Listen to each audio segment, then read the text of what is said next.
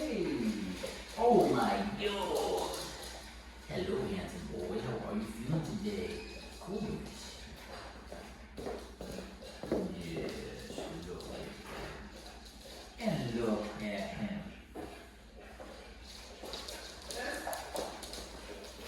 Yeah. You can brush his tail. Yeah.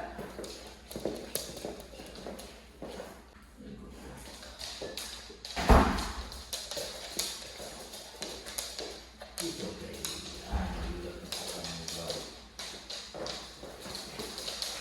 Oh, Marco! Hello! How long have you been? Where you been? How you doing? Got a little comb for you here. Yeah, I just want to see what's going on here. We got a lot of movement, so we're going to start with the state of mind, okay? Oh, I like that response. We're going to quiet down the room. I love everybody's decisions today. Very good dogs. Now you feel what the energy in the room did, right? So when we have that kind of energy going on, the dogs are, their minds are racing and they're getting anxious and they're precipitating. You can see it can really get wear on you. And you don't even realize it maybe until you do. And next thing you know, you're stressed. And then add on top of that, not only the energy, maybe the dog's being a little difficult, not listening as good as it could, right? The dog's not giving it its all, it's kind of being a little difficult. And then next thing you know, it's frustrating, okay, it's stressful. We're gonna bring it back to some very important key factors so that we can have control of our dog in those moments to stop the stress for both you and the dog, okay? So it goes to this, if I shush him, if I say, shh, that means to relax. If he doesn't relax, I correct him until he relaxes, and then I say, good boy. But because he knows that, because he's been through that, and they've been through it, and all my followers have been through it, they give me the calm state, okay? Calm on command, if you will. So I'm basically saying chill, all right? If I give him one of the 5 commands, I say any of the 5 commands, if he doesn't listen, he's corrected, right? If I ask again, he doesn't listen, he's corrected firmer. Until the point, I get to the point where my dog doesn't make me go through a hard time to get one of these basic commands. You're thorough with it like that. So think of it, every time your dog gives you one of those moments where you're now in a back and forth, where it's not quite listening, and you're trying to get it to do something, or to stop do something, and it's giving you a hard time, don't worry. That's not, just because it happened, doesn't mean that you're too far gone. I want you to remember this, every time it happens, that's your opportunity to change it. That's your opportunity to use that as a learning lesson. Because when dogs are in the moment and they're disagreeing with you in the moment, that's the perfect time to apply correction and direction. And have that back and forth to teach your dog. When I'm interacting with you, if I tell you to do something, do it. And if I tell you to stop, stop. That's how we live together, okay? We need to make sure that comes across within our interactions, but especially when you're in that moment where you've caught yourself trying to tell the dog to stay in it down and it's kind of like being fussy with it, and it's not quite breaking it enough where you're like, well, obviously he's running away. He's kind of staying, but he's fidgety with it, right? And it's frustrating. You need to nip that in the bud. Or go firm with the small little errors that they're making, which they're doing intentionally to try to wiggle some more room into their boundaries until they open up their world back to being to chaos. If you see that happening, you correct that firmly on a dog, like Marco at this point, who's trying to push your boundaries out so he has more and more control. You recognize that, and that's why he's going through a process to tighten up what we're doing with him. When I say tighten up, the work really isn't teaching him any more about the commands. It's, again, goes back to relationship. When you're with your leader, your owner, if they ask you to do something, you do it. Or you don't, and you give them a hard time. If he gives you a hard time and you correct, it should give you this. And if you're consistent, then the hard time goes away and the dog becomes easy. Doesn't mean it won't come back if the dog, it's been a while and the dog's feeling like really good and just having one of those times where they're just feeling really into themselves. They might try to push the boundaries again. That's normal. But you're right there to make sure, as the leader, this is the responsibility that we have, to make sure that we're being respected. If we lack that respect, chaos will follow. If we let our dogs, especially him, make the decisions, it's going to be stressful for him and us and more dangerous of a lifestyle, right? So we need control, and those disrespects are jeopardizing that. And that's why it frustrates us. When we get frustrated, oh, the dog's not listening, it's because it's a survival thing. If our pack's not listening, it's going to be a problem. So you have every right to feel frustrated. However, you want to be productive, and you want to channel that productively, which we are. So, that being said, we can find that conversation everywhere. The conversation is just, you want one thing and the dog says, I don't want to listen. I'm going to try to find that wherever I can to keep getting his brain to be in a follower and not choosing to go into that unfaithful position where he's then trying to be disrespectful towards your authority and wiggle around it and be manipulative, as we can see dogs, especially when they're smart. They know when to listen and they know when to try to wiggle. You can get rid of all that if they see you in a certain light. Okay? Obviously right now, he's doing perfect in this particular scenario right here. But I had to shush him though, didn't I? Because he was trying to get in my space and jump on me, and I was saying, no, I don't want that. And he did not care that I didn't want that. He's smart enough to know that I said I didn't like that. He just doesn't care. So then I set a boundary and stand up for myself. And what happens is they actually end up being more into you if you start to set boundaries and controlling them and the kind of the world around them. They start to have more respect for you, more trust for you, and they want to bond with you more. So maybe even Mark out here, we might see some affection out of him, some more affection as we start implementing this leader stuff. But it is the small things. So you want full control.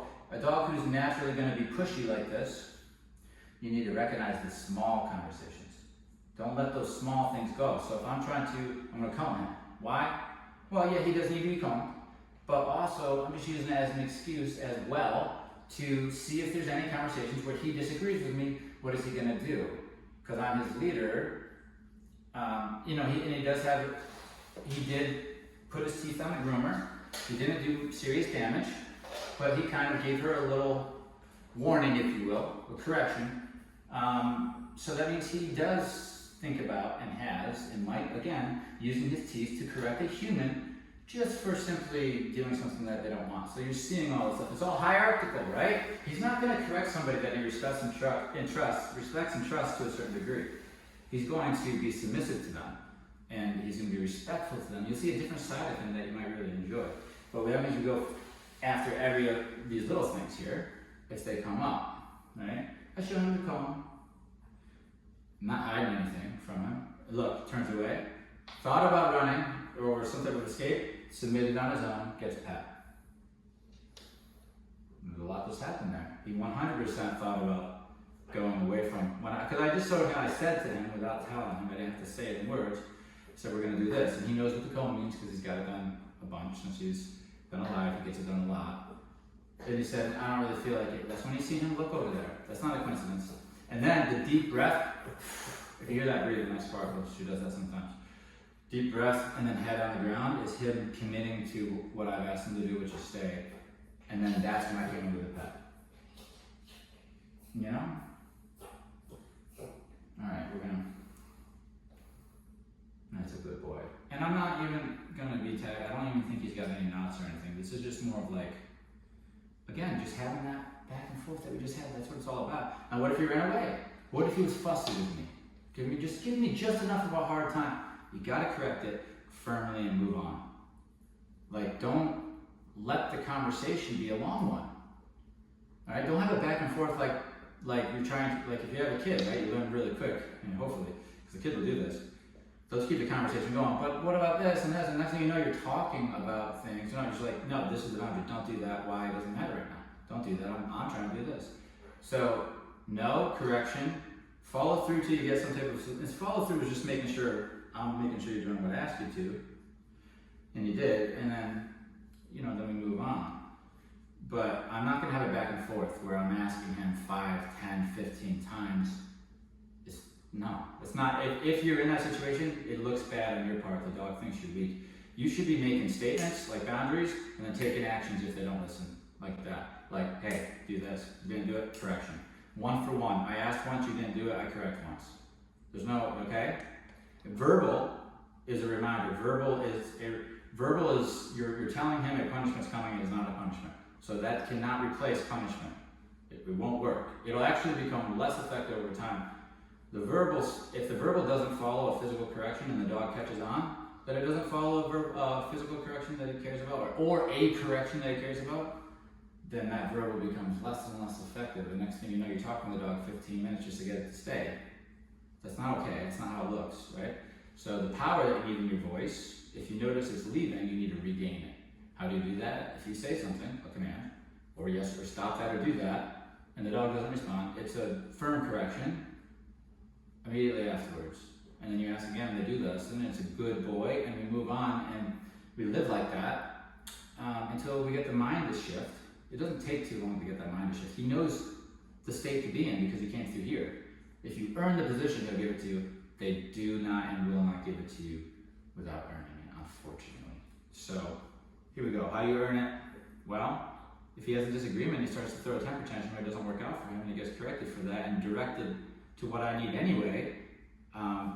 That's all it takes. Just put that on repeat and they stop. They stop. Because it's no longer fun, right?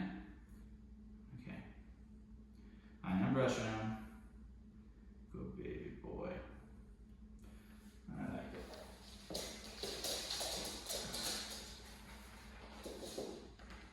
He also knows, I don't know if I got this on camera, but he also knows that I'm going to protect him from the other dogs.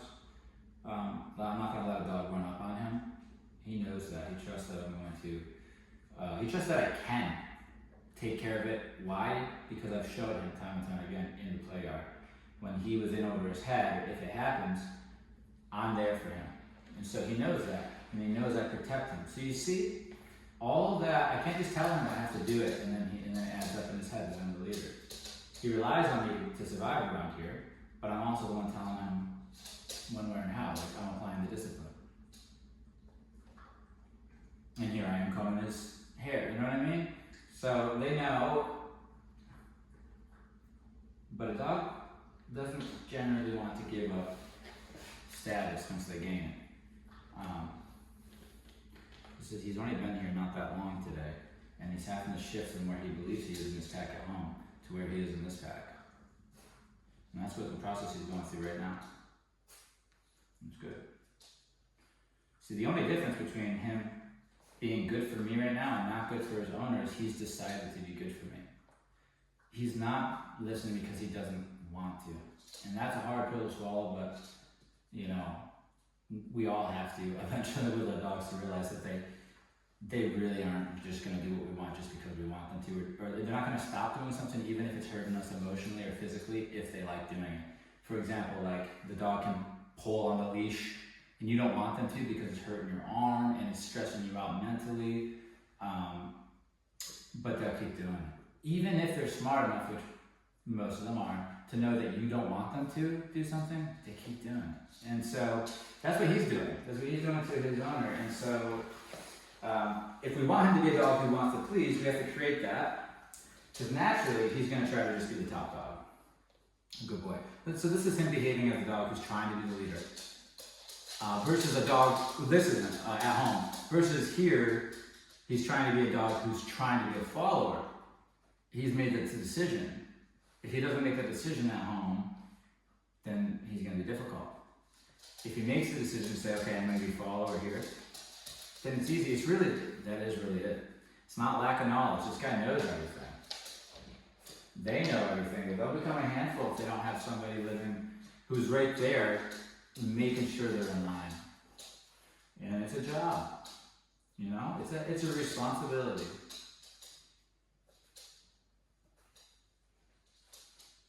So he doesn't love this, but he's letting me do this, and that is amazing. I think that's just so lovely. He's so good and a nice boy. Yes, I love you too. And he's giving me some nice soft stuff, so I'm giving him soft stuff. Okay? If he gets difficult with me, then it makes the situation difficult for him. You see? But if he makes it easy on me, it's easy on him. So therefore he adjusts. He's just behaving however the environment allows him. I don't even think he's thinking. I want to take it personally because I don't think he's thinking too much about it. Quiet her down because the nails loud. Whoa, whoa, whoa, whoa, whoa, whoa, whoa. It's okay. Shh. That was because he guessed, but it's okay. Look, it's okay. You go. Yeah, you're nice. It's a boy. Yeah, it's okay, baby boy guy. I love you too. So I'm just giving a little. I'm just giving a little there. Yes, that's nice. Look, let him go through it. He's on edge. You know? This is good. Yeah. So he's also really trying to make it seem like he's not nervous and stuff, and he's trying to like put on the face, you know? But I can tell that he is having a hard time giving up control. That's my goal. But he's doing it, you know? This is great. Getting your hair combed like this, it's not fun, you know? It needs to be done. This is not the proper comb to do it with, but it's more about doing it and seeing how he reacts to it. I'll get the proper comb when I go searching for it here in a little bit. Alright. I love that. I love that. He's being like that right there. Yes, he's made some mistakes, but the way he adjusts those mistakes, I really like. I'm gonna put a little sting on here and see if that makes him shoot up or relax. Okay? Or bite me or something. So because he's not laying down immediately, it's not great, but he did. And then I say, good. That right there is extremely important. If I corrected, and it was just a mild correction, but still, you see how on edge he is. If he felt that sting and he associated with fight, flight, escape, panic, not good. But if he goes, oh, that correction means submission, very good. But so he did do the submission, so very good. He didn't do it immediately. I seen this. There was a little moment where he was like shifty in his eyes, even a little panic, thinking about like, what am I gonna do? And then he remembered submit, and that was the answer. Because he didn't get it right away, there's work to do. There's definitely things to tighten up on my end. And I love it. It's good. That's a good boy. So I corrected after Julie opened the door, and you see that's an overreaction. So by the way, it's an overreaction. If you want to know how I know, so I've been around dogs, but also just look at the dogs around us. They didn't react like that, right? They didn't, whoa, somebody opened the door. Overreaction. So, but it gave me like another overreaction. Correction. Boom. What he's doing there with that, putting his head down and reaction, now he's shivering because this is hard for him. This is where the work is. This is where the magic's gonna happen. This is what's gonna create a stable dog who then reacts appropriately, like, you know, lift your head and look, but chill. Stable mind, right? He's not in his best mind right now. He's not as stable as he can be. I've seen this dog much more stable. So those reactions, and that's nothing. That's a little noise like this. And I, right? Imagine if we're out in the world, or imagine if something really happens, somebody actually comes to the door or something.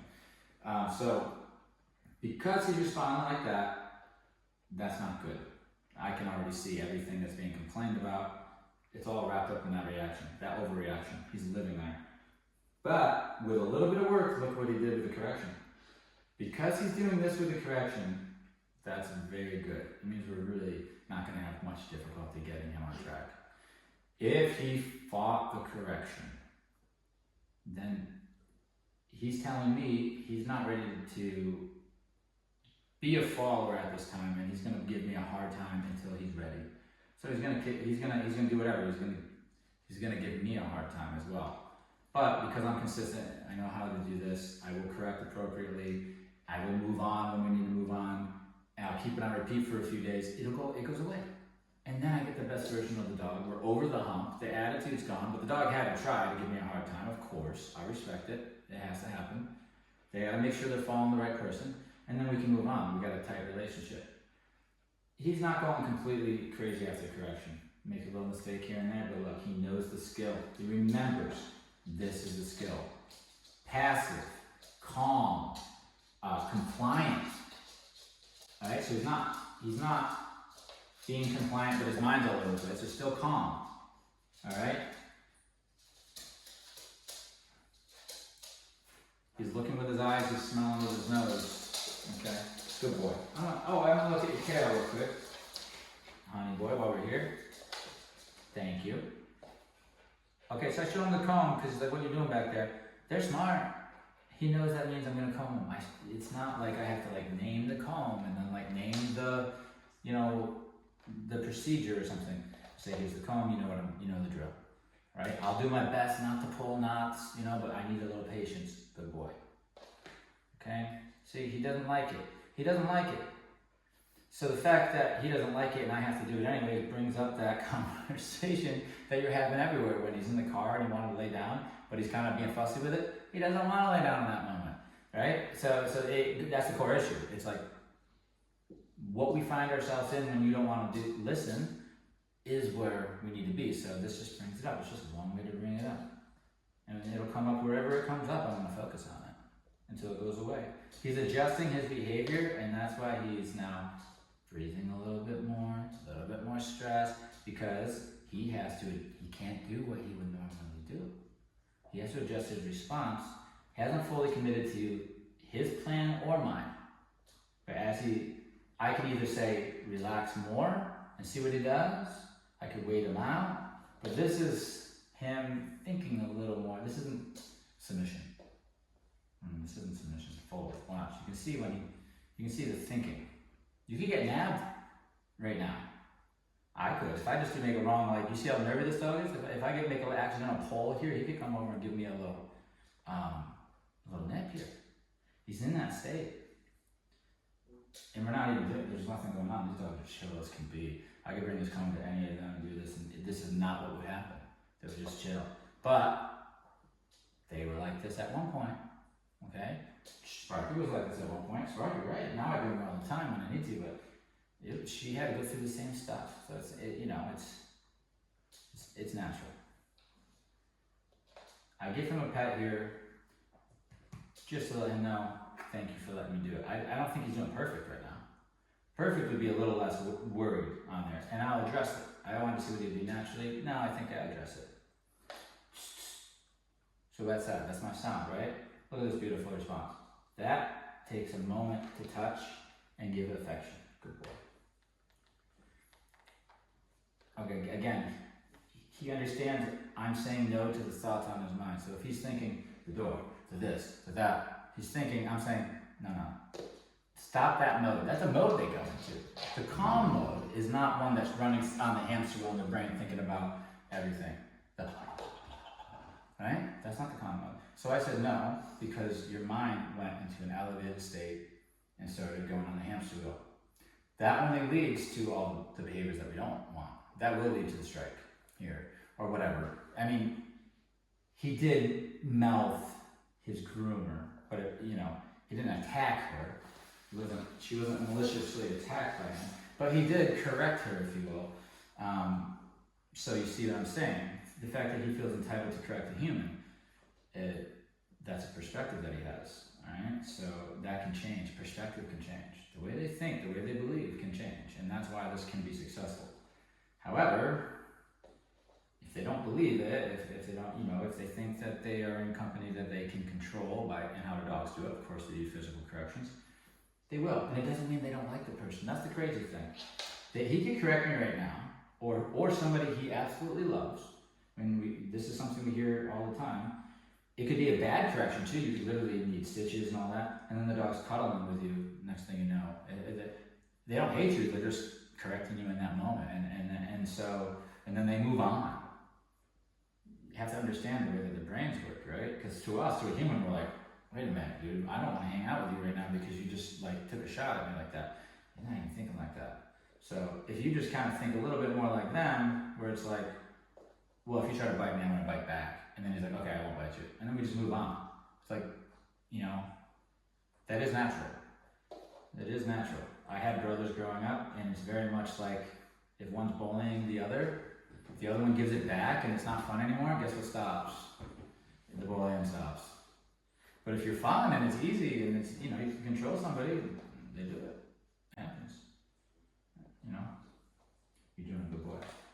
Taylor's doing good, even though, he lets his head up, it's all fine. He is more relaxed though. I do feel, oops, sorry buddy. I do feel a more relaxed vibe about him. He's not as tense, his muscles are, you can feel it in the muscles when they're really anxious, like they're squeezing on the muscles. And that's a nice boy. So this is what we start with. He's here for a week. I'm gonna start with this. This is a perfect place to start. We're gonna then advance to other aspects of life, like the walk and recall and being outside. I'm gonna tackle all that. See what comes up. Car rides, stuff like this. Again, I'm gonna be combing his tail and ears pretty regularly, so this is something that is gonna get easier and easier. That was good. We're done. I'm putting it down. We're good. You're a good boy. You did a wonderful job and nice work. Break. That was very good. And I'm just gonna keep moving the way here. Very nicely done, young man. It's a nice start. Let's get some of the core issues, some of the biggest issues that you can get me, so I can keep track of them, so I can work on them regularly. One of the things I noticed is this though. So I set a boundary here. Oh, that's so good. He is smart. He does pick up quickly. And I like that. But a smart dog will also find your weaknesses, like they'll find where the holes in our day where they could. You're not quite looking and so if he's doing that kind of stuff, just try to stay ahead of him, set the tone. The tone needs to be, if you catch a dog like off guard, especially with the correction, they don't see it coming, it can be very memorable. And you can actually make it so that it's not worth gambling anymore with it, and they just stop doing whatever it is that they're driving you crazy.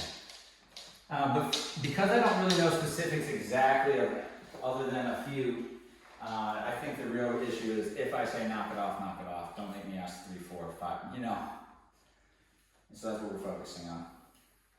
Break. I love it, bud. I love everything about that. Where are you going? A lot of movements here. There we are. You did it. Yes, you did. Let me take this off from you here. Let's take this off. There we go. Yes, I love it. Let me fold this here. Okay, we're going to try to catch him off guard here. We're going to try to see if we can get a mistake. Ooh, good dog. That's a smart boy. Oh, now he's going for brownie points. Stay. Oh my God, hello. Woo! Good. That's very good. Break. Yeah. Very nice. I love it, bud. Good job. Break straight. Wait, you guys can go. Goodbye. Goodbye. Dude, that'll kill your knees sitting like that.